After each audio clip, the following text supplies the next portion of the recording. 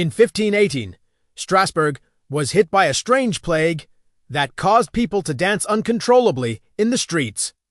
But how did it start and how did it end? Let's find out. It all started in July, when a woman identified only as Frau Trophia stepped out of her house and into the street. And as she stood there, she began to dance. And not just any kind of dance, but a kind that has been described as epileptic, like she was having a seizure. She danced like this for hours, and we don't know if she ever stopped because soon after, other people started to join her. At first, it was just a few people, but within days, it was dozens upon dozens of people dancing in the streets.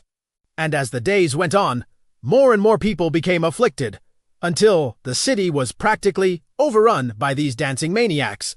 But why were they doing this? Well, at first, no one knew. Some blamed it on an unusually hot summer, and others blamed it on cheap wine. But those who had witnessed similar outbreaks in the past blamed it on a far more sinister thing: witchcraft. And since most people couldn't tell the difference between a witch and a woman who just had a really bad case of the Mondays, these poor dancers were soon rounded up and taken to church, where priests performed exorcisms on them. But that didn't seem to help, and the dancing plague just kept on going. And so the city took more drastic measures. They decided to ship the surviving dancers on a boat to a shrine 200 miles away in the hopes that the holy site would cure them. But while they were gone, something strange happened. The dancing plague just stopped. No new victims were reported, and the dancers who had been shipped off were cured. So, what had caused the dancing plague? Well, to this day, nobody is 100% sure.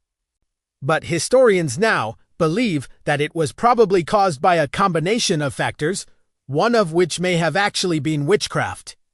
You see, back in the Middle Ages, people believed that witches could cause illness by dancing in a trance-like state.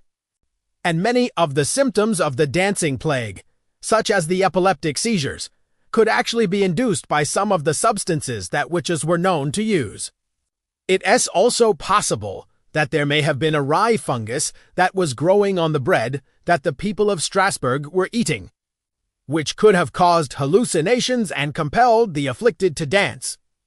Whatever the cause, the dancing plague lasted for about 2 months and is believed to have claimed at least 400 victims who either collapsed from exhaustion or had a heart attack. So while the people of Strasbourg may not have known what caused the dancing plague, they probably danced right through it.